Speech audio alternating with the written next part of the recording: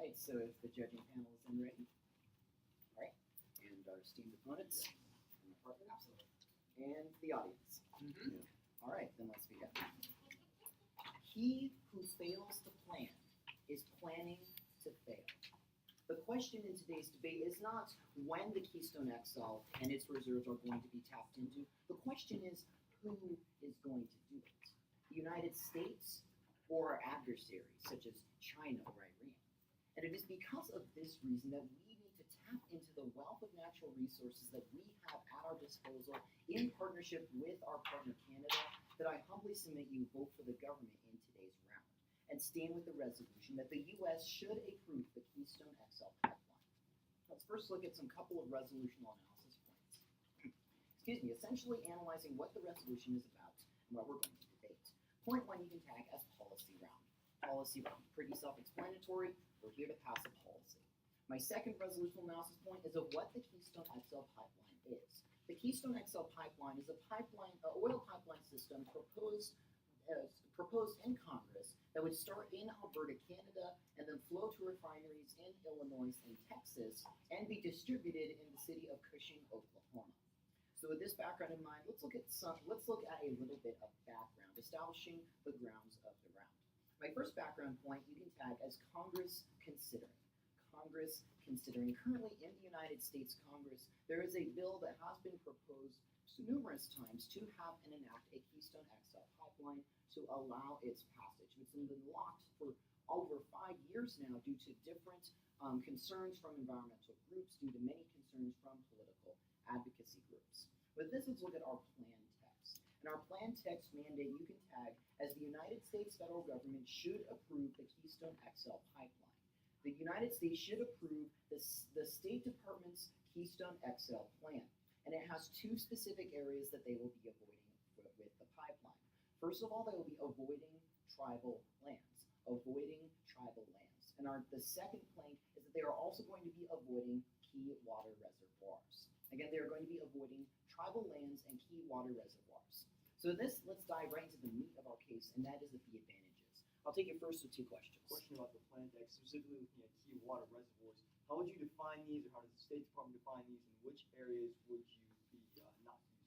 Sure, fair question. The State Department looks at these under the Clean Water Act, and we're going to be using the reservoirs of the United States as defined in the Clean Water Act, which is the navigable waters of the United States. We're going to be diverting this pipeline from going through any navigable waters of the United States through any water reservoirs that are used for public consumption. With that, let's look at our advantages. Our advantage one is that of the economy benefited. Again, the economy benefited. My A subpoint is of the uniqueness, or really what is going on in the current system, and that is of demand for oil is increasing. Demand for oil is increasing. Now, you might have been noticing that gas prices around you have been decreasing significantly, and that is because there is a lot of oil out in the market currently, and there's also much demand to meet this very much overabundance of supply. However, we can also see that the demand is currently slackening from what it could be at the moment because of colder weather. As we can see from Bloomberg in 2014, that growth momentum will resume in the spring after the winter has thawed. So with this in mind, let's look at our B subpoint, which is of the link. The link is that jobs are created. The link is jobs are created. According to the United States State Department, 42,000 ongoing and enduring jobs will be created by the passage of the Keystone XL pipeline. Now, you might have heard of statistics from the U.S. State Department saying that only 35 jobs will be created, but this study does not take into effect long-term jobs from Keystone XL and is also not taking into effect indirect jobs that are going to come from the pipeline. So with this, let's look at our C subpoint, which is of the impacts. Our first impact is of economy increase. Economy increase. Because oil is essentially the oil that makes the gears of the economy go round, we're going to be making our economy work smoother and better with more oil on the market for consumers to purchase. Our next and final impact is of lives saved. Again, lives saved. A direct impact in correlation to economic output can be seen to saving lives. As you can see from a study from the British Journal of Psychiatry in 2014, that 10,000 more people committed suicides during the Great Recession because of a lack of jobs.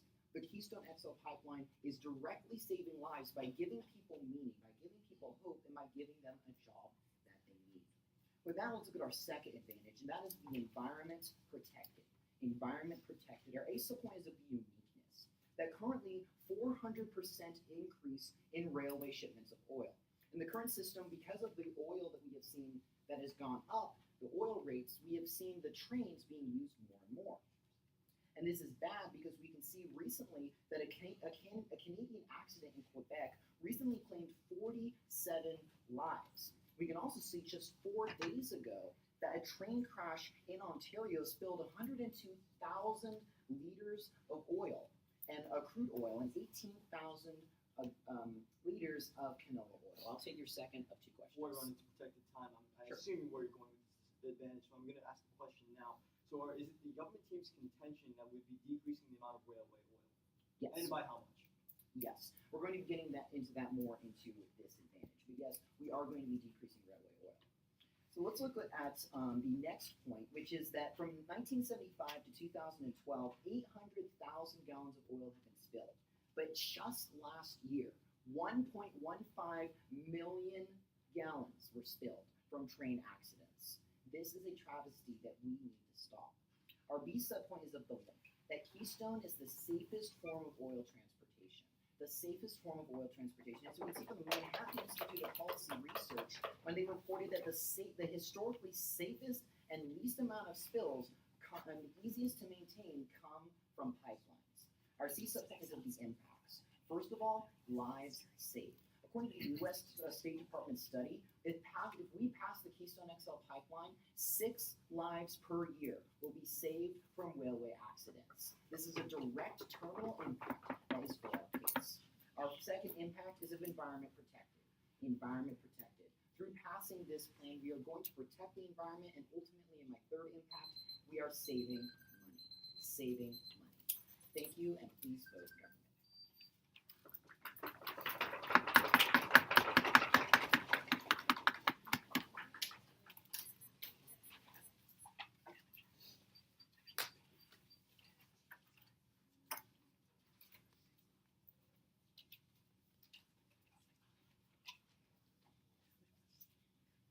So we're ready. Merry Christmas, everybody. Let's take a look at what the government team proposed in their first speech. Essentially, what they said was that we will be benefiting the economy as well as protecting the environment through passing the Keystone pipeline. Now, the first thing we as the opposition team would like to point out is spills are going to happen no matter what. It just depends on where these spills will happen. And that's the first disadvantage we're going to be looking at in my speech. Disadvantage 1 is going to be that of water. Now, I like to turn you back to their mandate 2, where they talked about how we're going to be avoiding key water reservoirs. Note, this is going to be a very important point as we'll get to. The key water reservoirs is a very important point to note. That's fine that we're going to be avoiding key water reservoirs, however, you don't actually avoid groundwater, as we'll be seeing through subpoint A, the background. The first background point we have is the Ogallala aquifer. It's actually in the Great Plains. It actually encompasses all the way from Nebraska to Texas. So this is a very, very large aquifer. There is simply no way around this aquifer for the Keystone pipeline to go because it does extend through such a large area. Additionally, this is groundwater, meaning that it's basically under the ground. It's not considered a water reservoir by the State Department. Let's take a look at subpoint D, which is the link. Pipeline spill. Pipeline spill. Now, I know we mentioned that pipelines are the safest way to go. However, if we actually take a look at this year alone, the Keystone pipeline itself is actually spilled more than 30 times. That's right. That's 30 times in just 1 year this Keystone pipeline has spilled.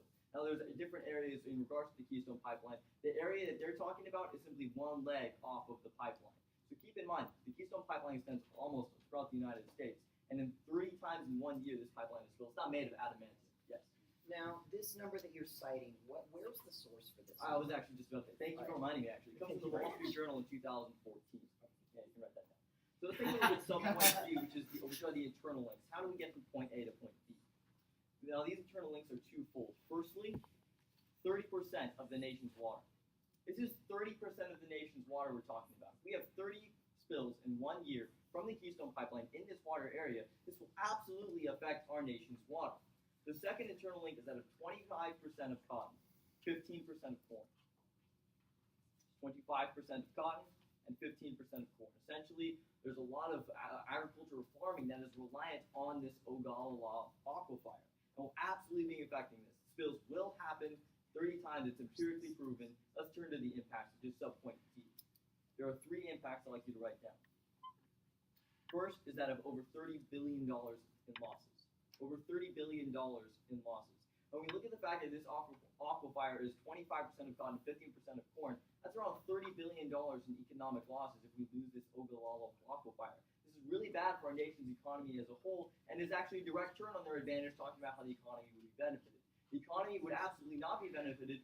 Agricultural farming would absolutely be affected, and this is the main foundation of the United States. Now, they referenced the idea of the Great Depression. This is the first thing that was touched in the Great Depression, was the idea of the farming industry that was affected.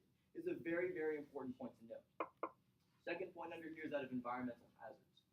The second point is that of environmental hazards. Absolutely, we'll see environmental devastation. And the third and final impact is that of drinking water. Drinking water. In fact, this will actually affect the nation in regards to drinking water. According to the Wall Street Journal in 2014 and Forbes in 2014, 2 million people rely on this aquifer simply for drinking. If it's contaminated, 2 scenarios happen. Either 1, people drink it and they'll probably get sick and might possibly die, or 2, they have to shut it down, in which case we'll have to go to some other source and water will actually become scarce. California's in a drought right now. We all know how scarce water is. This will absolutely affect the rest of the nation. Let's take a look at disadvantage 2 now, when we talk a little bit about eminent domain. Disadvantage 2 is that of eminent domain. Right now, when we take a look at where this Keystone pipeline is being instituted, it's coming from all the way from Canada all the way down to Texas. And the government is planning on using eminent domain, meaning they're going to take away farmers' property in order to actually set this pipeline up. This absolutely affects your property rights. This is a bad idea. Let's now take a look at some solvency points, really analyzing the government team's case and whether or not they can pass it. But before I want to do that, I want to take a look at the government team's advantage. Yes. You said that eminent domain is going to be used, but did you actually have a warrant or a source that proved that eminent domain will actually be used? I'm confused about a warrant or something. You said under your disadvantage 2 that we're going to have eminent domain, but did you actually have any warrants for? These are not federally owned lands. These are simply owned by agricultural farmers. If you want to make that point, I think my partner has some evidence back at the table. I mean, partly it's partly no, actually not that evidence, but we'll see what he's got. Let's take a look now down at the government team's advantages. Now, their first advantage was talking about the economy benefiting. We've already seen how the economy will not be benefited and will actually be harmed, but let's take a look at their specific analysis. Now, the subpoint B was talking about the link, how jobs were being created, and how 42,000 jobs would be created. I believe that 35 number is actually pretty accurate, but my only response here is 300,000 jobs last month. My response, 300,000 jobs last month. This is absolutely not a significant number. This is 42,000 jobs that are being created over a very, very long period of time, when we had 300,000 jobs created last month. This is a very insignificant figure and should not be weighed in today's debate. And now they talked about lives saved under the second impact, so my response to this is no direct correlation. My response under impact 2 of their first advantage is no direct correlation. I said, well, this happened in the Great Depression. The Great Depression was a very different period in which we are in today. Let's now take a look at their second advantage, where they talked about how the environment would be protected. I have a couple of responses to this. My first response is that of no decrease. No decrease. They never tell you how much they're actually decreasing railway oil. The United States needs oil all the time. Who's to say they're actually going to be decreasing railway oil? They never bring a citation or a warrant why that's actually true. Finally, under the impact of lives saved, specific to oil. My response is specific to oil. They say, well, if we're going to prevent deaths from railway accidents, there's no specific analysis in regards to the oil fields there. Let's take a look at two solvency points really quickly to close off this speech. The first solvency point is that of refineries. Solvency 1 is refineries. Simply put, we have no new refineries since 1976. It's expensive to expand, and the environmental restrictions make it nearly impossible to expand these refineries, and they're already at max capacity, according to Jess Henry in Fact Check from 2008. What we can clearly see here is there is no new refineries. If we try to take this oil from Canada and put it down in Texas, there's no way to even refine it because of the fact that we are running out of refining capacity. Solvency point number 2 is that of extraction. Simply put, the profit margin is not right there right now. It's very difficult to extract this oil from Canada. We see that they haven't really proven the investment associated with this, and we can clearly see that at the end of the debate, I'm just voting for the opposition. Thank you very much. Yes. I'm wearing a name tag. I'm the only one with a name tag at this time. But I can't see it. Oh, I'm sorry.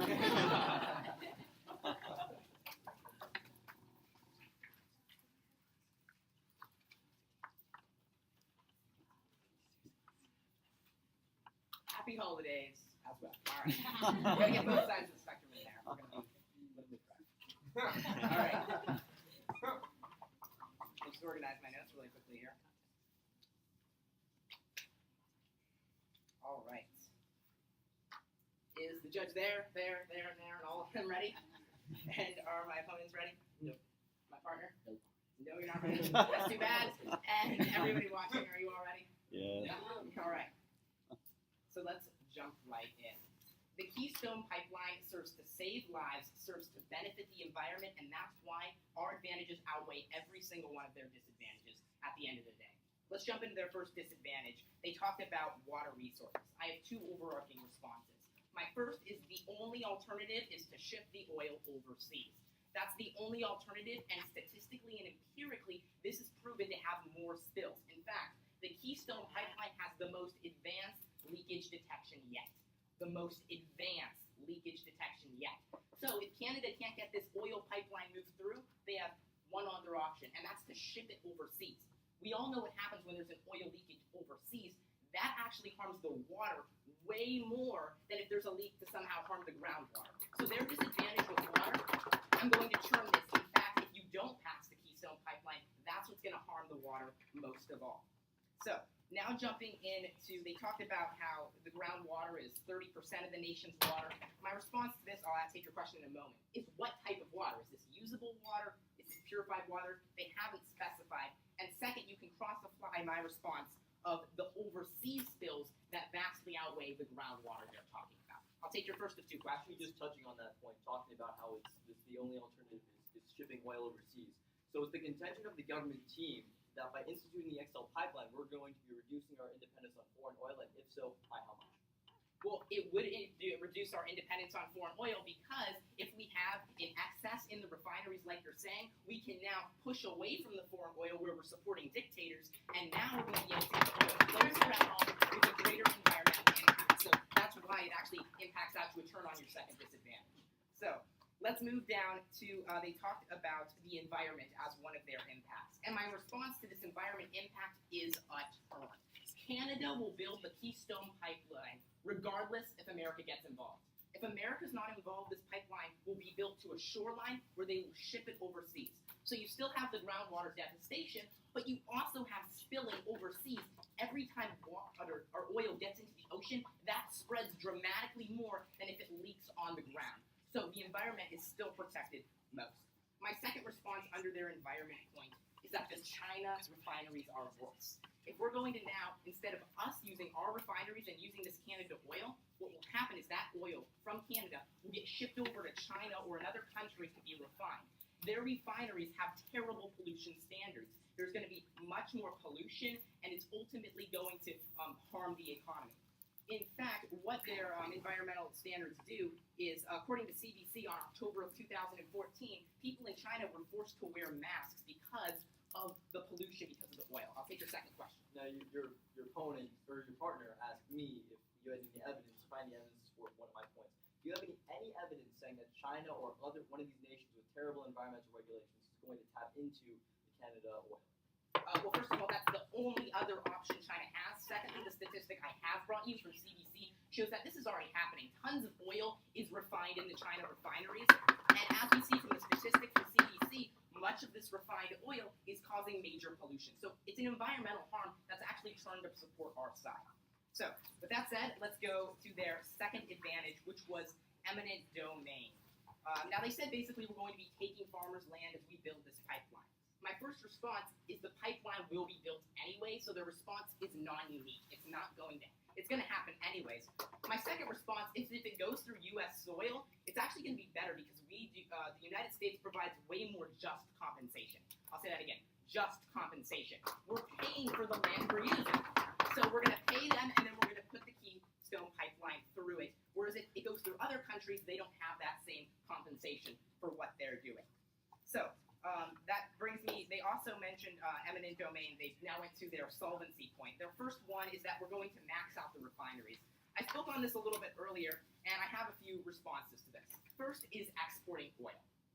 If there's an excess in our refineries, we can simply export this oil and serve to benefit the United States economy. My second response is normal means. Normal means. in expectation of this Keystone pipeline being built, because it'll take some time to build it, oil companies are going to build more refineries in expectation. That's natural because they know it's part of their business. So, thank you. All right. That brings me to my third response, and that is currently there's been a new refinery in North Dakota that will open this December. My fourth response is that Texas upgraded their refinery to hold over 600,000 barrels recently, and Louisiana doubled the capacity of their refinery on January 1st of 2014. All of these statistics, we're expanding our market, not shrinking it. I'll take your question. Last question. Have we seen any evidence from the government team that it will actually be able to carry and have the capacity to have the Keystone XL pipeline, which is having 800,000 barrels a day coming up? That will have the capacity? I'm not sure I fully understand your question. Are you saying we don't have the capacity? The Keystone pipeline is going to be able to hold all the barrels coming through. Have we seen any evidence saying that the refineries have the capacity to take in 800,000 barrels a day? Yes, I just gave about 4 pieces of evidence, and it's only expanding ever more as the Keystone pipeline is built. More refineries are going to be built. We have one in North Dakota. Texas just expanded. So did Louisiana. And we haven't even passed our plan yet. So I think once we pass our plan, it'll be even better. Second, though, is my next response is a term. If we don't have the room for refineries, we're simply going to cut oil from overseas, reducing our dependence on those markets. So they said their second solvency was an extraction. It's hard to get oil. They spent about 20 seconds on the second solvency issue, so I'll spend about the same amount of time. And that is they didn't have any warrants to support this. They didn't really support with any warrants. We're going to be able to get the oil. Canada has it.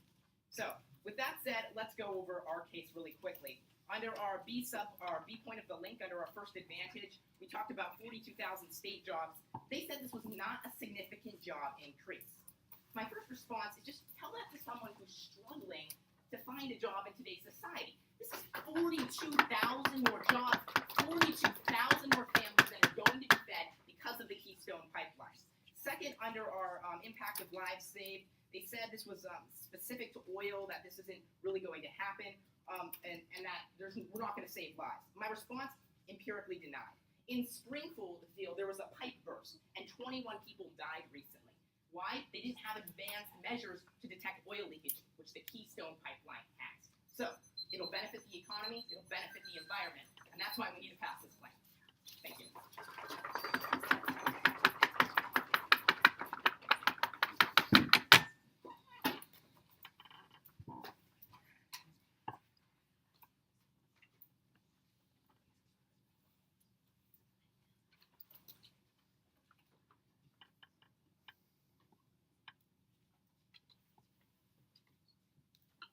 Everyone ready?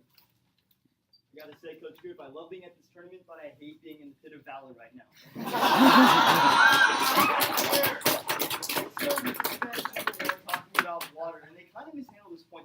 First of all, talking about only alternative is shipping for oil. My partner asked an excellent point of information. How much of dependency are you decreasing by? I asked this in the first point of information that the opposition team asked, and my partner asked it. They still have not given you two numbers. Number one, how much they're decreasing their dependence on railroads, and number two, how much they're decreasing their dependence on foreign oil. Before they can give you that, if they can't give you that, then you should be voting for the opposition team at the end of today's debate round. You're actually it is protected. So I have three responses here. My first response is drinkable water. Drinkable water. Let's concede for the moment that there will actually be more oil spills in the ocean.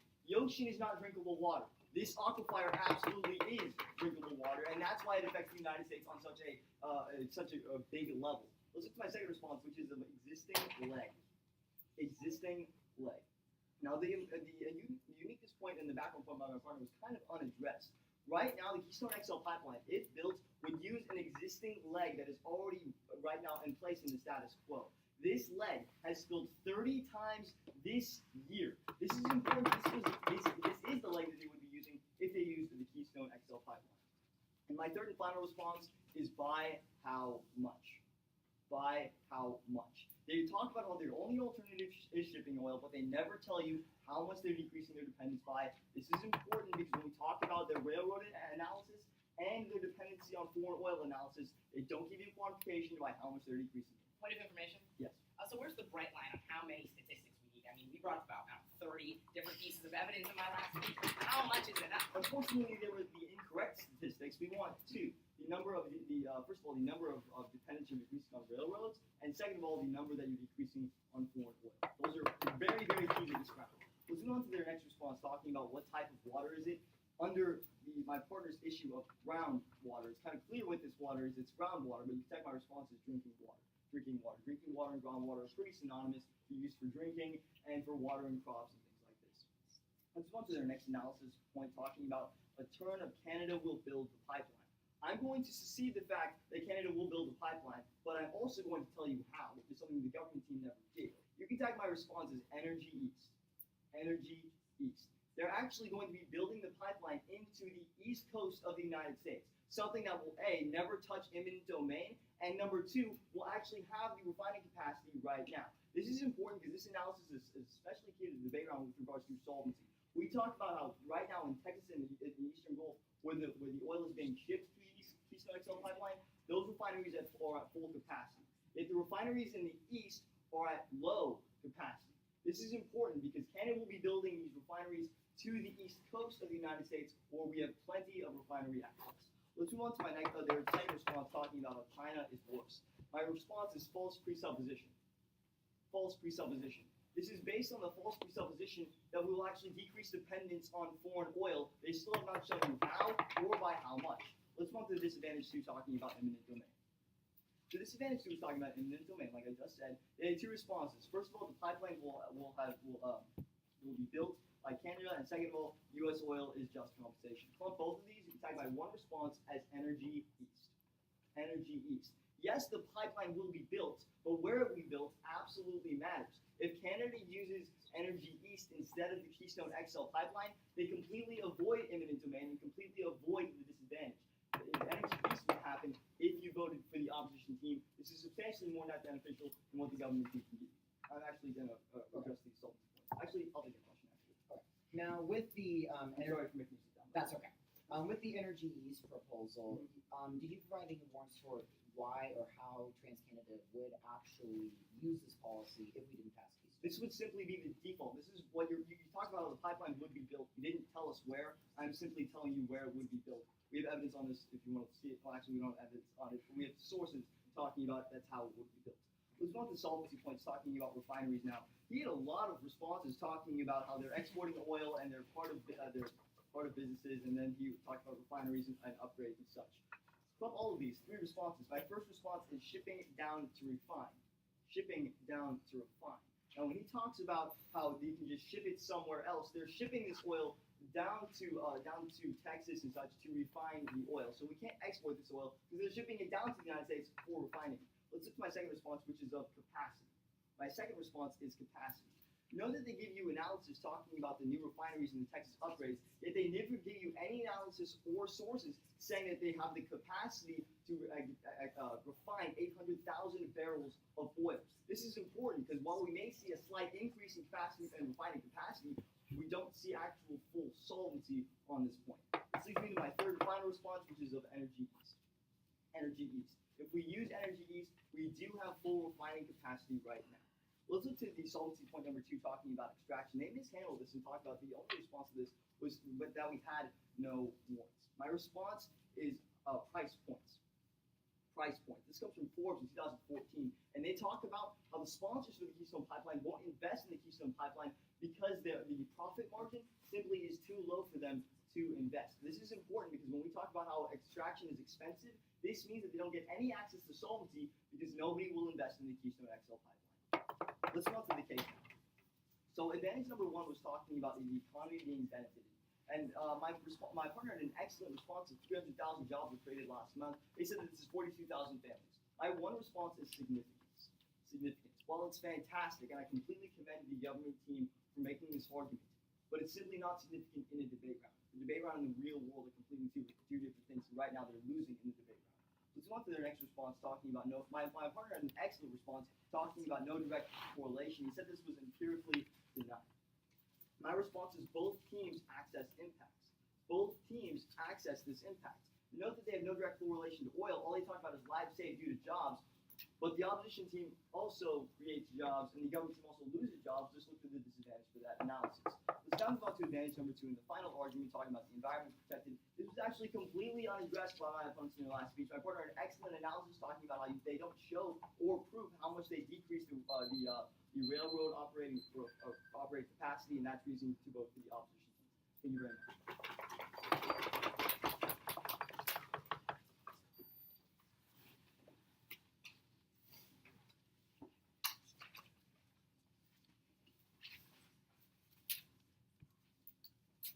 All right, is everyone ready? All right, let's get started. After I count down. Judges, actually, at the end of this debate round, I strongly urge you to vote for the opposition team based off of the 3 voting issues that I'm going to be presenting in this speech. And the first of these is going to be that of solvency. Voting issue number 1 is that of solvency.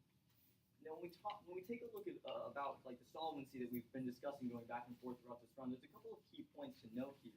Now, firstly, the government team really hasn't proven their own case. They haven't really proven advantage number 2. Like I talked about, they haven't proven the decrease in the amount of railway oil that advantage falls, simply because they didn't address it in their last speech. Additionally, under the solvency, we can actually take a look at the opposition team's solvency points 1 and 2, where we talk about the actual feasibility of whether or not they can extract this oil. And I think we've proven just fine that they really just can't. They don't have the refining capacity, and they don't have the extraction methods to actually do so. They haven't shown you through their own solvency points that they can actually do this. They haven't brought up any, sources that they've been asking for throughout this round, and they haven't actually presented this throughout their case. We see that the solvency is extremely lacking on the side of the government team. They have 0 solvency for advantage 2, and they don't have any feasibility to extract this oil, so they also lose advantage 1 on this point. And finally, under the solvency point, we can actually take a look at their argument talking about decreasing oil overseas. Again, they never read you any citations or numbers showing how much oil would actually be decreased overseas. Now, again, they also tell you under this point that we'd be having to ship this oil to China and other places, but again, they don't really give any warrants why that's true either, especially when we look to the idea of Energy East. Energy East will actually keep the oil here in North America and not ship it to other countries around the world, because this is where Canada wants to build. They want to build in the United States. They can have 2 places to do it, Energy East or the Keystone XL pipeline. They're not going to put this oil overseas. They're going to keep it here in North America. And that's the reason to vote for the opposition team, because that means they have no solvency for this entire debate round. Let's now take a look at the second voting issue of the government team, or the opposition team rather. The second voting issue is that of Energy East. I like to make this a separate point in and of itself, because I believe this impacts 2 different issues. Now, the impact, there's again 2 different issues, is significance and solvency. The impact is that of either 1, significance and solvency. Now, the reason it impacts significance is because Canada has 2 choices. They can build Keystone XL pipeline, or they can build Energy East. They can't do both. By mandating that they build the Keystone XL pipeline, that means you automatically lose Energy East, which is actually a $12 billion benefit, and is actually, according to Keystone, according to Forbes on October 8th, it's the Keystone on steroids. Clearly, we see that there was a lot more benefits from Energy East. This is the source they were looking for in point of information. Clearly, what we can really see is that the 2 alternatives, we should stick with the Energy East, not go with the Keystone XL pipeline. This absolutely affects significance, because we as the opposition team access the advantages as well. It's kind of a counter plan, but not really, since it's just part of the status quo. And the second part of that is that of solvency, where we talk about the idea of no investment. There's no investment that people will actually want to invest in the Keystone XL pipeline. This is an issue that I brought up in the closing part of my first speech, where I talked about how people are simply going to invest in other resources rather than the Keystone XL pipeline. They haven't shown you even a single company that's willing to invest in the Keystone XL pipeline. That's another reason to vote for the opposition team. The final voting issue that the opposition team would have is that of voting issue number 3 of water. Now, remember I told you spills are going to happen. It just matters where. In regards to the Keystone XL pipeline, it absolutely does matter where. The Energy East, you don't actually hurt groundwater. Railways, you don't hurt water. You're not actually decreasing any independence on foreign oil. So the only remaining issue in this debate round is the idea of where the Keystone XL pipeline will spill. And it will spill in the Ogallala, which is an economic risk, an environmental risk, and a human life risk. All 3 of these impacts were never directly addressed by my opponents. What we can clearly see here is that by having these 30 times in 1 year spills, because these pipelines simply aren't made of adamantium, they're not perfect. What we can clearly see is that this 30% of the nation's water will absolutely be affected. And it affects our economics in regards to 25% of cotton and 15% of the corn industry. It causes many environmental hazards, and it hurts the drinking water of 2 million Americans. That's a serious reason to vote for the opposition team. What we can clearly see at the end of this experiment is that the impacts of human life side with the government team. All of the impacts under the first and second disadvantages both side with the opposition team. What we can clearly see is that these three voting issues are simple reasons why the government team does not access significance or solvency, and it's for those two reasons why you should be voting for the opposition. Thank you.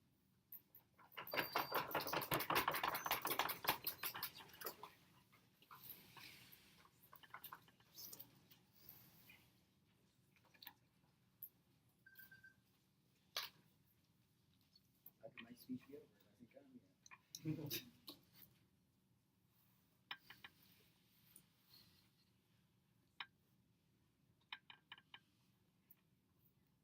Alright, so if the judges are ready.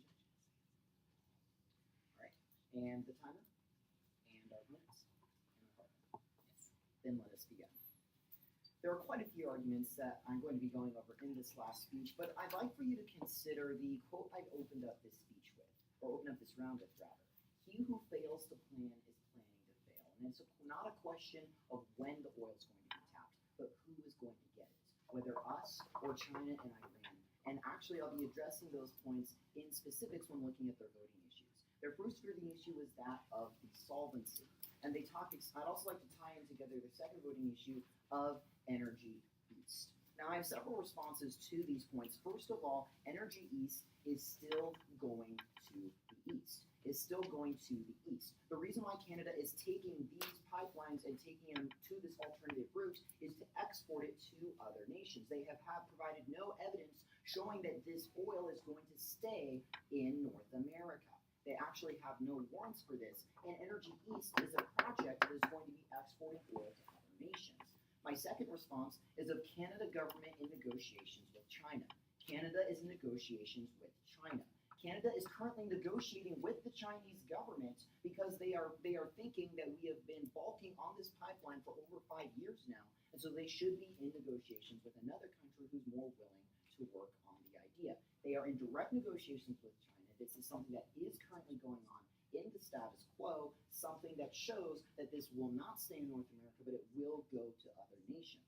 My third response is of still having regulatory hurdles. Still having regulatory hurdles. The Energy East project will still have regulatory hurdles because it is going through, as they say themselves, U.S. soil. It's still going to be facing regulations, and this is a fact that they have conveniently ignored throughout this debate. There's still going to be problems. There's still going to be things that are going to block Energy East from happening. So this is not a unique reason to vote for the opposition team. Let's next look at the solvency points. Under Solvency Point 1, they said that we're going to be shipping down to the refineries that we don't have capacity and of Energy East. But they did not respond to any of our empirics showing how we are increasing our capacity. They did not respond to any of our analysis or examples showing how gasoline companies are increasing capacity. Now, I'm sure that Mr. Hosmer of his company found a bigger oil refinery, more oil. He increases refineries, get his top dogs over at his company to increase the refineries. We have the logic, we have the refineries, and they are being increased. And so therefore, this is really a moot point that the case is indeed solvent. Basically, the opposition team is wanting you to believe that oil companies like Mr. Hosmer's aren't going to jump at the chance to get more oil. Yes, they will. It's in the name, oil company. That's what And so let's look at the disadvantage of water. I believe this is very crucial. They say, first of all, how much dependence decreased. They keep on pressing us for the evidence on this, but what's really important about this is that this is 800,000 barrels of oil that we are not going to buy from the Middle East. I think this is warrant enough. We don't need a specific percentage amount. We're decreasing our dependence by almost 1 million barrels. This is a very key point that they haven't addressed. They also say how this is drinkable water, how the ocean is not as big of an impact. First of all, the ocean is much more key to the economy overall because we have a lot of trade going through there. And second, look at empirics when we look at the BP oil spill. That cost our economy billions of dollars. Thus, the ocean is a much larger impact. So really, when you weigh the impacts, even if you agree that we're going to have some spills here in the United States, their own flawed status quo is going to cost us billions. We might cost the only a couple million, and actually we're going to be helping the economy more than any potential side effects. And then finally, I'd also like to point out that they conceded very specific evidence that we provided from the Manhattan Institute of Policy Research saying, quote, historically, pipelines have been the least amount of spills and are the easiest and safest to maintain. They did not address this evidence, which really takes out all of their points under this disadvantage. So with that, let's look at our voting issues. My first voting issue is that Keystone saves the environment. Keystone saves the environment. We can see this through the empirics that we provided in our PMC, how it is going to stop the train companies from using the railways. My second voting issue is that the status quo costs money and lives. It costs money and lives. They did not address our specific State Department study showing how we're going to save 6 lives per year with the passage of the pipeline. Which leads to my third and final voting issue, that Keystone saves lives. And it is for these reasons that I hope you will side with the government.